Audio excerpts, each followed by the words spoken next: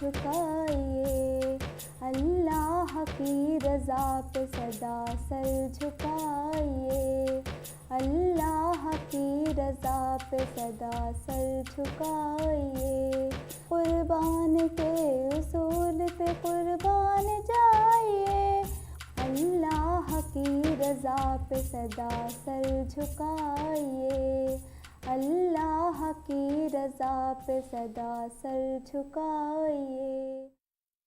محترم ناظرین، السلام علیکم۔ دوردرشن اردو کی اس خاص پیشکش میں ہم آپ سب کا تہہ دل سے استقبال کرتے ہیں۔ ناظرین، جیسا کہ آپ جانتے ہیں کہ عید الاضحیٰ امت مسلمہ کی 2 عیدوں میں سے ایک ہے۔ یہ تہوار ہمیں حضرت ابراہیم علیہ السلام اور حضرت اسماعیل علیہ السلام کے اطاعت اور فرمانبرداری کے تاریخی واقعے کی یاد دلاتا ہے۔ اس کا اصل مقصد ہمارے اندر ایثار و قربانی کے جذبے کو پیدا کرنا اور اسے پختہ کرنا ہے۔ ظاہر ہے کہ عید کا موقع خوشی کا موقع ہوتا ہے، اس لیے اس پروگرام کو ہم نے منعقد کیا ہے۔ تو آئیے اس کا آغاز کرتے ہیں ایک بہت ہی مترنم آواز سے، اور ہم نے اس کے لیے مدعو کیا ہے اپنے اسٹوڈیو میں ایک پیاری سی بچی کو۔ بیٹا، آپ اپنا نام بتائیں۔ میرا نام سیف النسبہ ہے۔ سیف النسبہ، کیا سنائیں گی آج آپ ہمیں؟ میں قربانی کا واقعہ سنائیے۔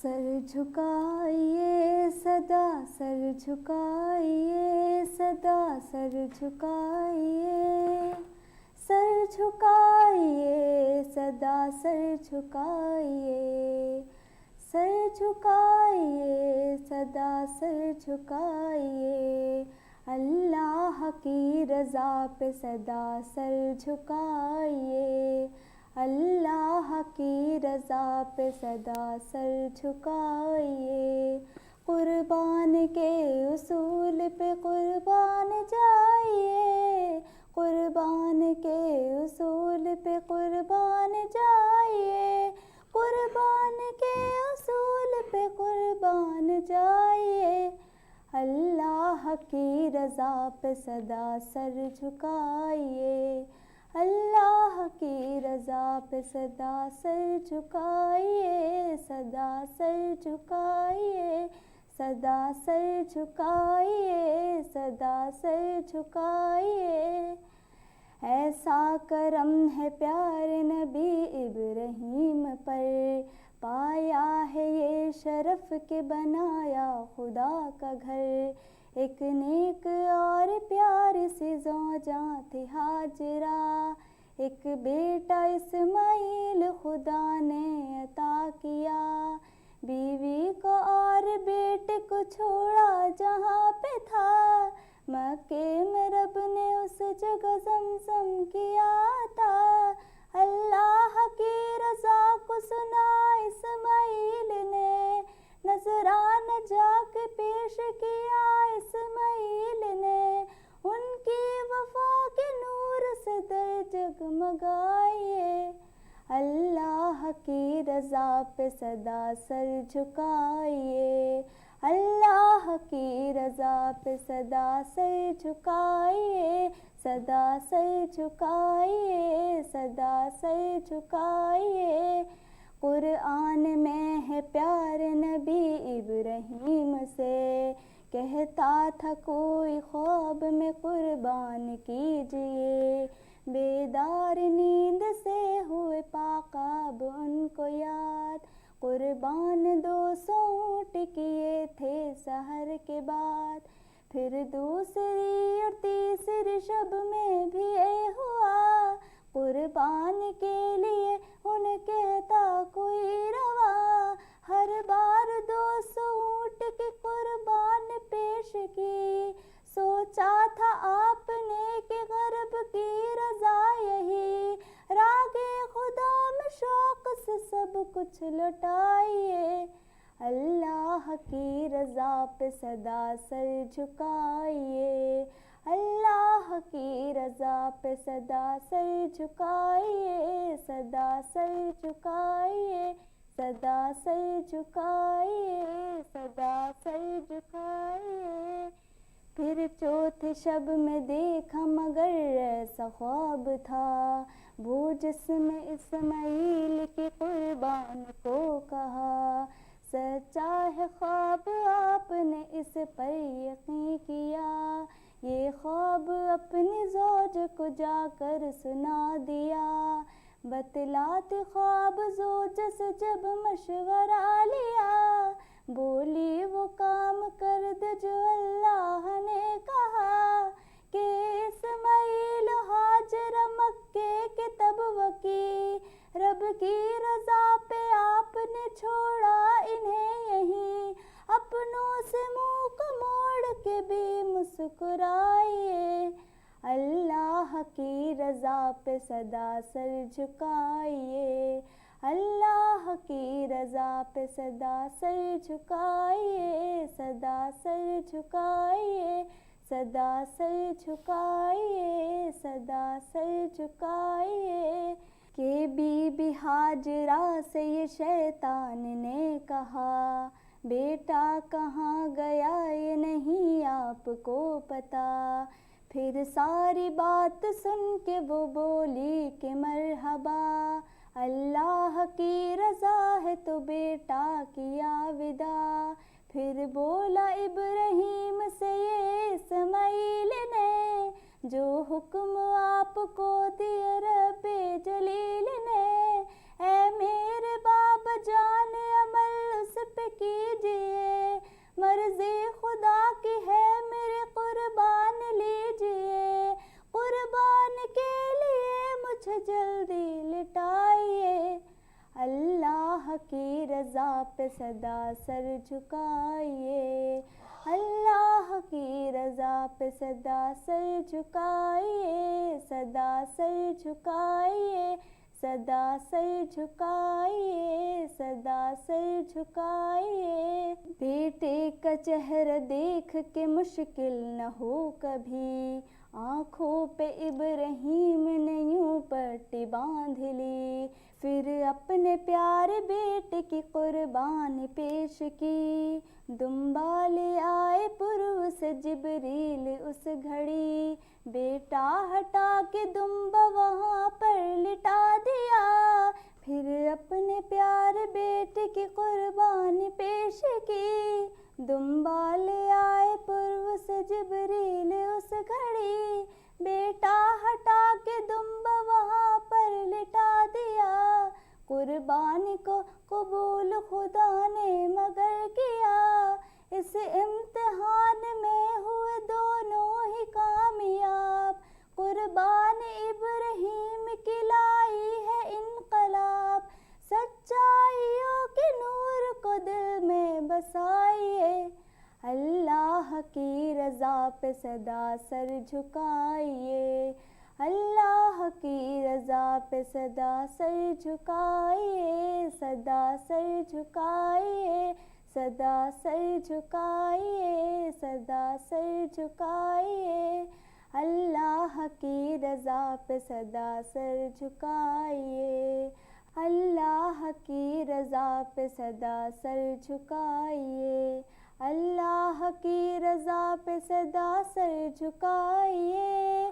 اللہ کی رضا پہ سدا سر جھکائیے، اللہ کی رضا پہ سدا سر جھکائیے، اللہ کی رضا پہ سدا سر جھکائیے۔ بہت خوب ماشاءاللہ سیف النسبہ، اور آپ نے پورے واقعے کو بیان کر دیا اپنی اس نظم میں، اور اللہ آپ کو خوب ترقی دے، صحت دے۔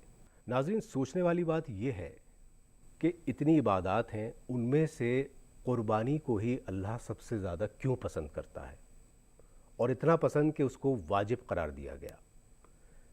نبی پاک کو بھی قربانی بہت زیادہ پسند تھی، اور ہمیشہ آپ اپنے صحابہ کو قربانی کی تلقین بھی کیا کرتے تھے۔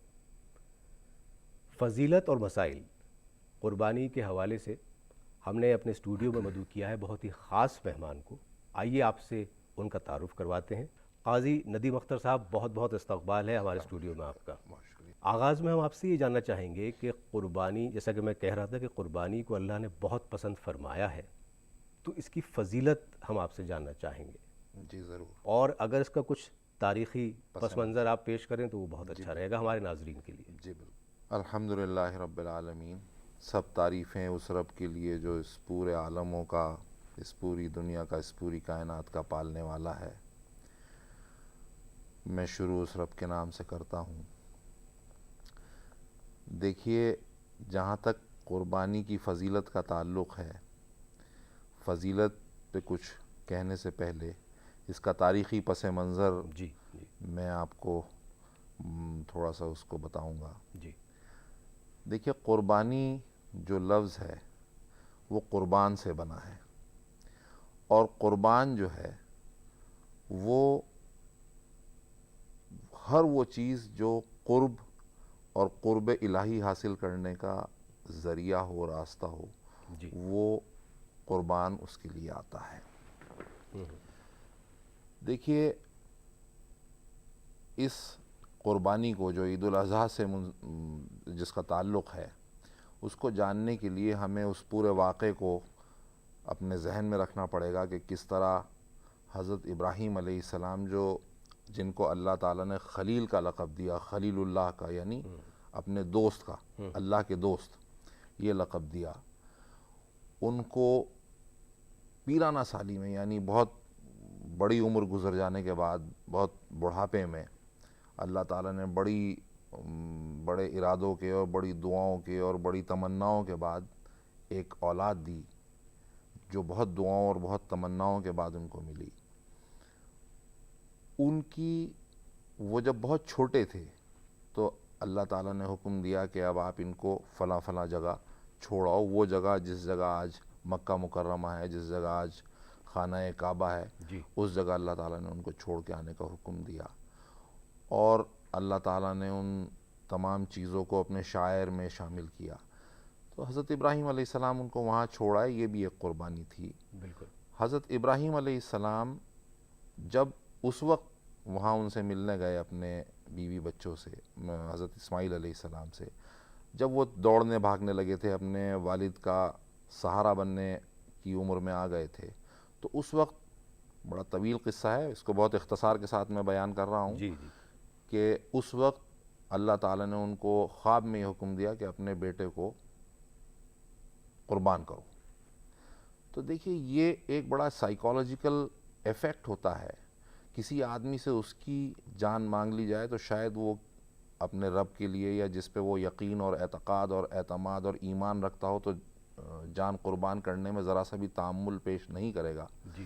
لیکن انہوں نے، اللہ تعالیٰ نے جو حکم دیا اس میں حضرت ابراہیم علیہ السلام کو وہ یہ حکم تھا کہ اپنے بیٹے کو میری راہ میں قربان کرو.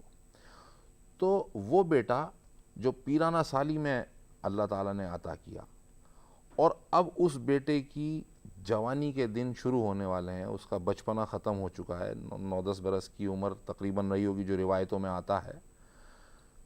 تو اس عمر میں جب اللہ تعالیٰ نے یہ حکم دیا کہ بیٹے کو قربان کرو، تو یہ ایک بڑا سائیکالوجیکل، اگر اس کو آپ دیکھیں کہ کسی باپ کو یہ حکم دیا جائے کہ اپنے بیٹے کو قربان کرو، تو شاید کوئی بھی باپ اس حکم کو ماننے میں تامل برتے گا.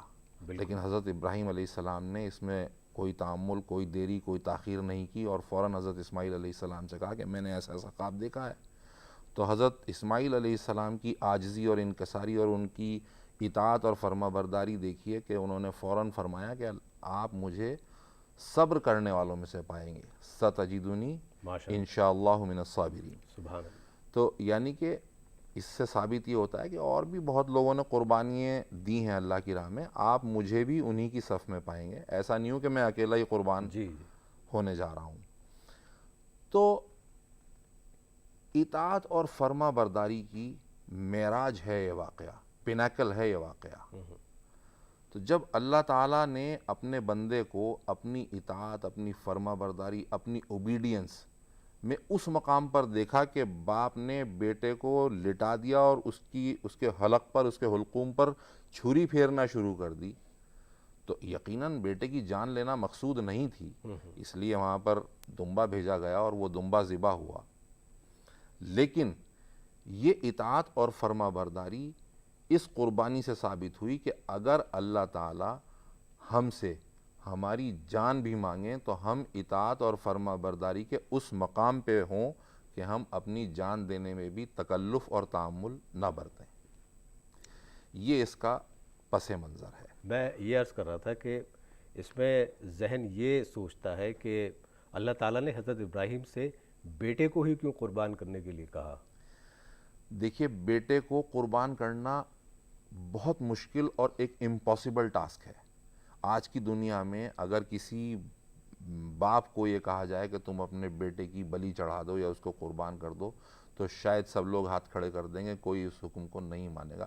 اصل ٹیسٹ اور اصل ایگزامینیشن اپنے بندے کے ایمان کا, اس کے یقین کا, اس کے ایمان کے پختہ ہونے کا, عقیدے کا, وہ یہ تھا کہ وہ اللہ کے حکم کو کس درجے میں مانتا ہے. اس پہ اللہ تعالیٰ نے قرآن میں یہ ارشاد فرمایا کہ تم نے اپنا خواب سچا کر دکھایا, اور یہ اس ذبیحے کو ذبح عظیم انہوں نے قرار دیا اللہ تعالیٰ نے, اور اسی لیے حضرت اسماعیل علیہ السلام کا نام ذبیح اللہ رکھا گیا. جی جی قاضی صاحب, یہ بھی کہا گیا کہ ایک بات تو یہ کہ اللہ کو قربانی کے دن قربانی کے عمل سے بڑھ کر کوئی عمل محبوب نہیں ہے, اور دوسرا یہ کہ استطاعت کے باوجود کوئی قربانی نہ کرے تو اس کے لیے بڑی سخت وعید ہے. جی بالکل. اس بارے میں ہم آپ سے جاننا چاہیں گے. جی دیکھیے, قربانی کا حکم اللہ تعالیٰ نے قرآن میں دیا ہے.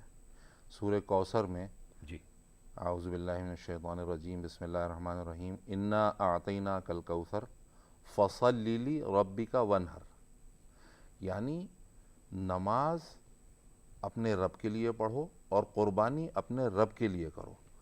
تو دیکھیے اسلام کا جو مقصد ہے, اسلام کی جو معنی ہے, اس کی جو میننگ ہے, اس کا جو ایفیکٹ ہے, جی وہ ہے ٹوٹل سبمیشن. ہم نے اپنے آپ کو مکمل طور پر اللہ کی رضا کے لیے سرنڈر کر دیا, اپنے آپ کو اللہ کی رضا کے لیے سبمٹ کر دیا. یہ اسلام کا ایک بیسک عقیدہ ہے. تو اگر اللہ تعالیٰ کو حضرت ابراہیم علیہ السلام کی وہ قربانی اتنی پسند آ گئی کہ انہوں نے اللہ پر ایمان رکھنے والوں کے لیے یہ حکم صادر فرما دیا کہ اب یہ قربانی تم اس کے عوض میں کرو گے, تو یعنی کہ آپ کو یہ قربانی کر کے آپ کو اسی مقام پر لا کر کھڑا کر دیا جہاں پہ حضرت ابراہیم علیہ السلام کو اپنے بیٹے کی قربانی کے عوض میں جو ثواب ملے گا اور جو مقام حاصل ہوگا, آپ کو اللہ کی رضا کے لیے, محض اللہ کی رضا کے لیے یہ دمبے کی قربانی, جانور کی قربانی کر کے آپ کو بھی اسی مقام پر ایمان کے لا کر کے کھڑا کر دیا. تو یہ اللہ نے حکم دیا کہ میرے لیے قربانی کرو. اللہ نے اس کے لیے بے انتہا ثواب رکھا ہے. جی اللہ کے رسول صلی اللہ علیہ وسلم سے ایک مرتبہ آپ کے صحابہ نے پوچھا کہ ہم قربانی کیوں کریں, تو اللہ کے رسول صلی اللہ علیہ وسلم نے فرمایا کہ کیونکہ اس قربانی, یہ حضرت ابراہیم علیہ السلام کی سنت ہے, اور اس قربانی کے بدلے اتنی نیکیاں اللہ تعالیٰ عطا کرے گا جتنے اس جانور کے بدن پر بال ہوں گے, ہر بال کے بدلے میں ایک نیکی ہے. جی آپ گنتے رہیے, بال کاؤنٹلیس بال ہوتے ہیں یقیناً. تو ایک فضیلت ہے. دوسری فضیلت یہ ہے کہ اللہ تعالیٰ کو ان ایام میں, یہ جو ایام تشریق کہلاتے ہیں, جی ایام تشریق تو اور زیادہ ہو گئے, یہ جو 10, 11 اور 12 ذی الحجہ کے ایام ہیں, ان میں قربانی کے عمل سے زیادہ کوئی عمل پسند ہی نہیں ہے. اور جو صاحب حیثیت ہے, جس پہ قربانی واجب ہے, اگر وہ ان ایام میں قربانی نہیں کر رہا ہے تو وہ گناہ گار ہے, اور اس پر اتنی سخت وعید ہے کہ اللہ کے رسول صلی اللہ علیہ وسلم نے فرمایا کہ جو قربانی جس پر واجب ہے اور وہ قربانی نہیں کرتا, ایسا شخص ہماری عیدگاہ کے قریب بھی نہ آئے. جی مطلب عیدگاہ میں آنا یا عیدگاہ میں نہ آئے, یہ ایک بینچ مارک ہو سکتا تھا, لیکن اس سے بھی زیادہ کہ قریب بھی نہ آئے, تو یہ اس کی وعید ہے, مطلب سخت ناپسند. جی سخت ناپسندیدگی. قاضی صاحب, فضیلت کے حوالے سے ماشاءاللہ آپ نے بڑے تفصیل سے باتیں بتائیں ہمارے ناظرین کو. جی دین بہت آسان ہے, جی بالکل, لیکن کچھ باتیں ہماری کہہ لیجیے کم معلومات کی وجہ سے ہم انہیں صحیح طور پر عمل ان پر نہیں کر پاتے. جی تو اب کچھ مسائل کے حوالے سے ہم چاہیں گے آپ سے جاننا. جی بالکل. بڑا بنیادی سوال ہے, بہت سے لوگ اس بارے میں جانتے بھی ہیں. قربانی جو ہے وہ کن پر واجب ہے؟ قربانی ہر بالغ, جی عاقل اور صاحب حیثیت شخص پر واجب ہے جو عقل مند ہو. مطلب عقل مند سے مطلب ایک نارمل انسان ہوش مند ہو. جی کسی مجنوں پر, کسی ایسے دیوانے پر قربانی واجب نہیں ہے. جی بچے پر قربانی اگر وہ صاحب نصاب ہے, کسی مال کا مالک ہے, تو اس پر واجب ہے. اچھا. مسافر پر واجب نہیں ہے, لیکن مسافر اگر صاحب نصاب ہے تو اپنے ہاں وہ جہاں کا مقیم ہے, مطلب قربانی کے لیے جو شرط ہے اس میں مقیم ہونا بھی شرط ہے ٹھیک. کہ آپ مقیم ہوں. اگر آپ سفر میں ہیں کہیں تو دوران سفر آپ قربانی نہیں کر سکتے, لیکن جہاں کے آپ باشندے ہیں وہاں کوئی آپ کی طرف سے قربانی کرے. اچھا قاضی ندیم صاحب, یہ جاننا چاہیں گے کہ استطاعت نہیں ہے چلیے قربانی, لیکن دل بہت چاہتا ہے کہ صاحب قربانی کی جائے, جی. تو اس عمل کے لیے کیا قرض لے کر اس کو پورا کیا جا سکتا ہے؟ اگر آپ کو یہ یقین ہے کہ 2-4 دن میں اس قرض کی ادائیگی ممکن ہو جائے گی, جی تو آپ ایسا کر سکتے ہیں. لیکن اگر واجب نہیں ہے تو قرض لے کے قربانی کرنے کا حکم نہیں ہے. ٹھیک. جی. اچھا, ایک آج کل یہ آپ دیکھ رہے ہوں گے کہ بڑا عام سا رجحان ہے کہ شہروں میں خاص طور سے جہاں چھوٹے چھوٹے فلیٹ ہوتے ہیں وہاں قربانی نہیں ہو پاتی, تو لوگ حصے ڈال دیا کرتے ہیں. جی. ہم نے اپنا حصہ دے دیا, جی. اب وہ تصدیق بڑی مشکل ہوتی ہے کہ صاحب وہ ہوئی یا نہیں ہوئی, تو یہ ہماری قربانی ہو گئی؟ نہیں, دیکھیے ارجمن صاحب آپ نے بہت اچھا سوال کیا ہے. دیکھیے یہ قربانی جو ہے دراصل اس کے لیے لفظ جو آیا ہے وہ نہر آیا ہے. جی. نہر کا مطلب حلق پر چھری پھیرنا, تبھی قربانی ہوتی ہے. جی جی جی. اور اگر وہ آپ نے پیسہ دے دیا اور کسی نے آپ کو بلف کر دیا تو ایسا نہیں ہے کہ وہ آپ کی طرف سے قربانی ادا ہو گئی. اسی لیے شریعت نے یہ حکم دیا ہے کہ قربانی بہتر تو یہ ہے کہ آپ اپنے ہاتھ سے کریں. جس کی حصے کی قربانی ہو رہی ہے بہتر تو یہ ہے کہ وہ اپنے ہاتھ سے قربان کرے اس بکرے کو, اس جانور کو. لیکن اگر وہ اپنے ہاتھ سے کرنے کی ہمت نہیں رکھتا ہے تو کم سے کم اس وقت وہاں موجود ہو. ٹھیک. جی. اچھا, گوشت کے بارے میں کیا حکم ہے کہ قربانی کا لوگ اکثر یہ کرتے ہیں جیسے حصے ڈالتے ہیں تو اس میں یہ کہا جاتا ہے کہ صاحب گوشت بھی منگانا اور اس کو کھانا جو ہے وہ مقصود ہے. اگر گوشت کھانے کے لیے قربانی کر رہے ہیں جی تو وہ قربانی جائز نہیں ہے. قربانی تو صرف رضائے الہی کے لیے ہے. رضائے الہی کے لیے آپ قربانی کریں, گوشت کھائیں یا نہ کھائیں. اس وقت ارجن صاحب میں آپ کو تھوڑا سا یہ تاریخی پس منظر بتلاؤں کہ رسول اللہ صلی اللہ علیہ وسلم سے پہلے کی جو امتیں تھیں ان کے یہاں بھی قربانی ہوتی تھی. قربانی ہر قوم, ہر امت میں, ہر اللہ تعالیٰ نے ہر دنیا کے ہر حصے میں جو انسانیت بسائی ہے اس پہ کسی نہ کسی طرح سے قربانی اس پہ فرض کی ہے اور وہ قربانی کرتی چلی آ رہی ہے. قربانی کا عمل حضرت آدم علیہ السلام کے بیٹوں سے حابیل اور قابیل کے وقت سے ثابت ہے. جی. لیکن قربانی کا گوشت کسی پر حلال نہیں تھا. یہ قربانی کا گوشت کھانا یہ صرف حضور اکرم صلی اللہ علیہ وسلم کی امت کو حلال کیا گیا ہے اور یہ ایک بہت بڑا انعام ہے اللہ تعالیٰ کی طرف سے. ایک بڑا عام سا سوال ذہنوں میں آتا ہے کہ قربانی کی رقم ہے, جی, قربانی ہم کرنا چاہتے ہیں, لیکن کوئی ایسا بہت ضرورت مند انسان ہے, کیا وہ رقم اس کو دی جا سکتی ہے؟ ارجمن صاحب 15,000 کا ایک بکرا آتا ہے. جی جی جی. آج کل 1.5 لاکھ کے لوگ موبائل لے کے پھرتے ہیں, 1 لاکھ کے. جی. تو کیا وہ 15,000 سے ہی اس سارے کام ہوں گے؟ آپ موبائل بیچ کے اس کی مدد کر دیں, کیونکہ حدیث ہے. جی. حدیث شریف میں آتا ہے, روایتوں میں آتا ہے کہ 10 ذی الحجہ کو, 11 ذی الحجہ کو اور 12 ذی الحجہ کو ابن آدم کے تمام اعمال میں سب سے مقبول عمل جو اللہ تعالیٰ کو پسند ہے وہ قربانی ہے.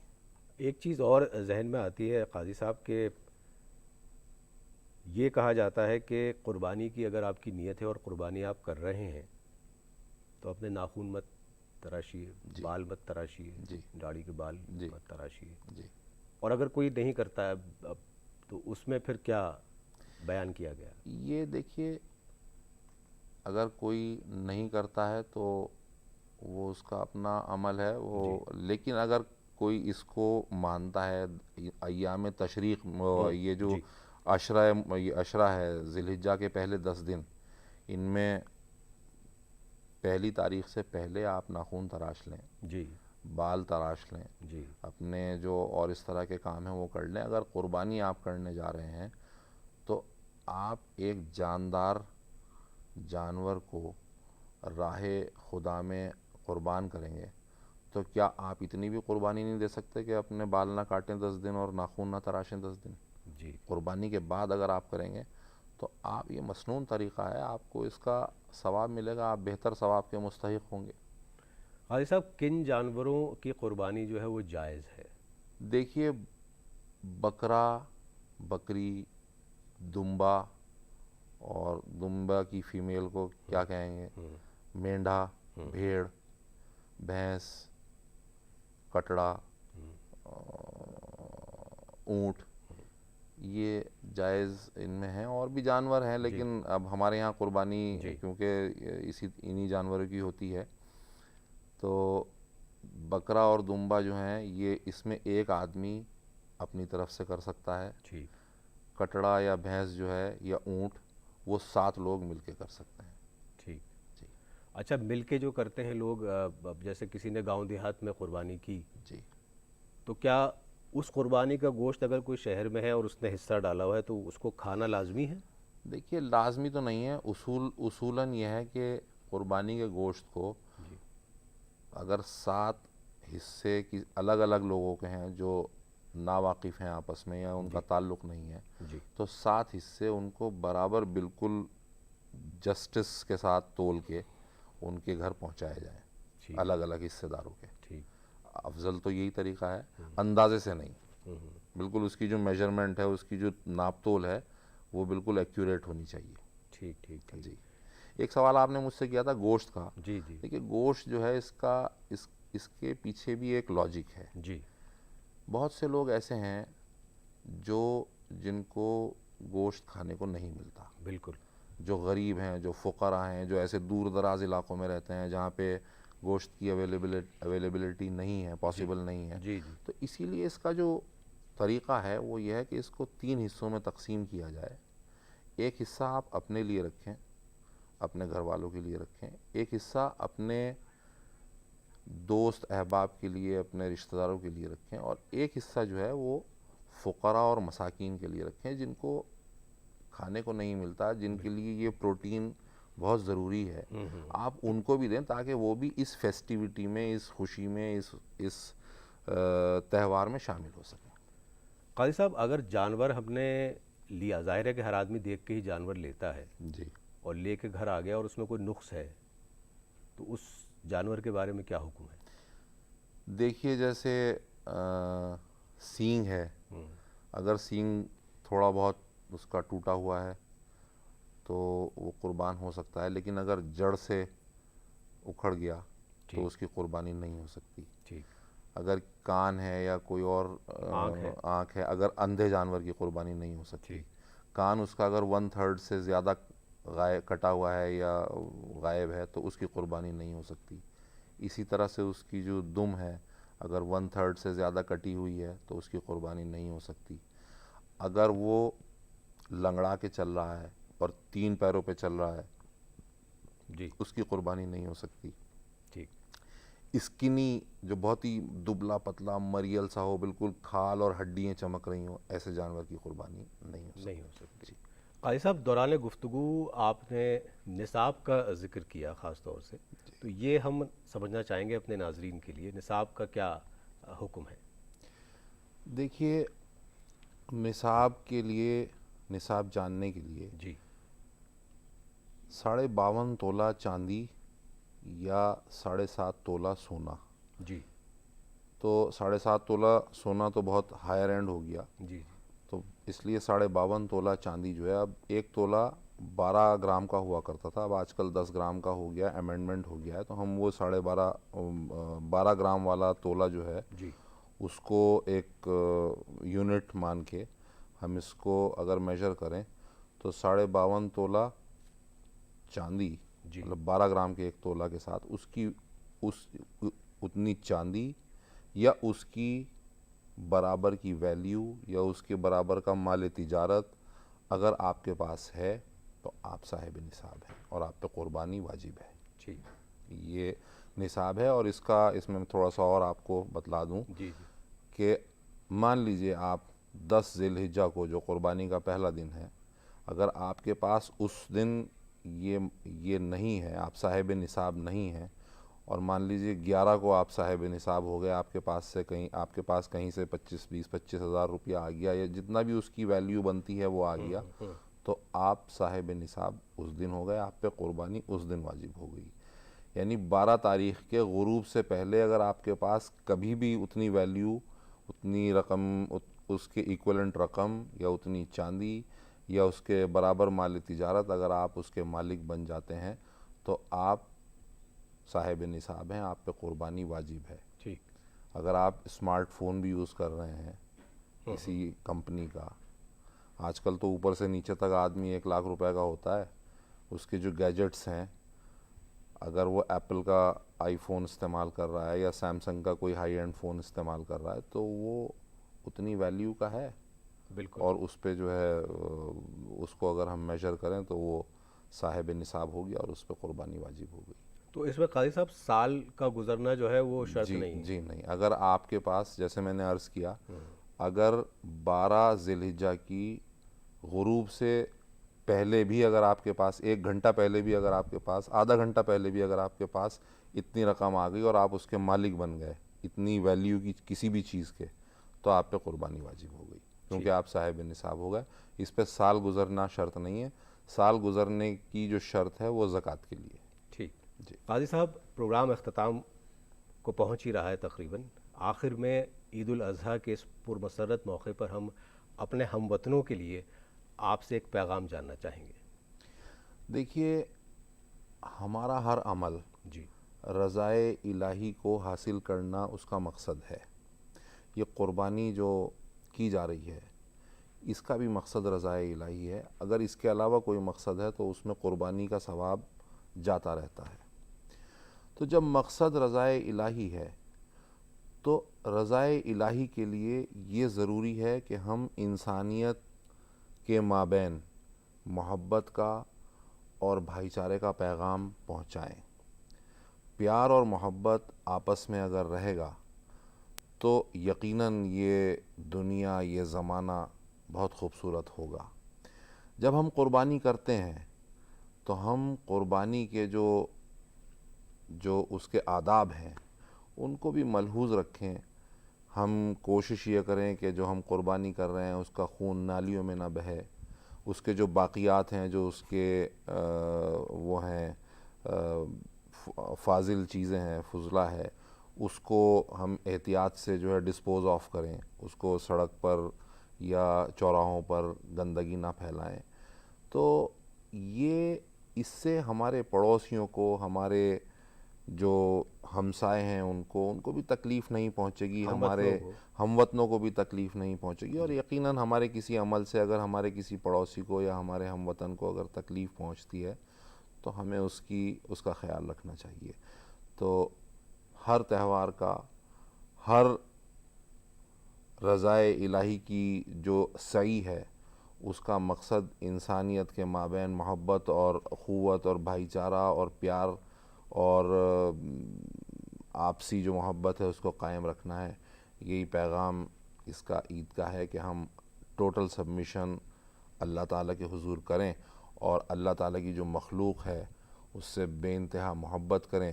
اور جو ہمارے پڑوسی ہیں، ہمارے ہم وطن ہیں، پوری انسانیت ہے، اس کے ساتھ ہم وہ معاملہ کریں جو ہمارے آقا حضرت محمد مصطفیٰ صلی اللہ علیہ وسلم نے کیا ہے. یہی اس کا پیغام ہے. جی. قاضی ندیم اختر صاحب، آپ ہمارے اسٹوڈیو میں تشریف لائے، بہت بہت شکریہ. دونوں بچیوں کا شکریہ ادا کرنا چاہیں گے. شکریہ, آپ کا بھی بہت بہت شکریہ. تو محترم ناظرین, اس کے ساتھ ہی دوردرشن اردو کا آج کا یہ خاص پروگرام اپنے اختتام کو پہنچتا ہے. دوردرشن اردو کی پوری ٹیم کی جانب سے عید الاضحیٰ کی آپ سب کو پرخلوص مبارکباد اور نیک خواہشات. اللہ جل شانہ آپ سب کی قربانی کو قبولیت عطا فرمائے اور ہم سب کے درمیان اتحاد و محبت قائم رکھے, آمین. تو فی الحال ہمیں دیجیے اجازت. اللہ حافظ. بھکاری بن کے آئی ہوں, سراپا فقر ہوں, عجز و ندامت ساتھ لائی ہوں. بھکاری وہ کہ جس کے پاس چولی ہے نہ پیالہ ہے. بھکاری وہ جسے حرص و ہوس نے مار ڈالا ہے. متاع دین و دانش نفس کے ہاتھوں لٹوا کر کہ کس جنجال میں گزری ہے کڑیاں زندگانی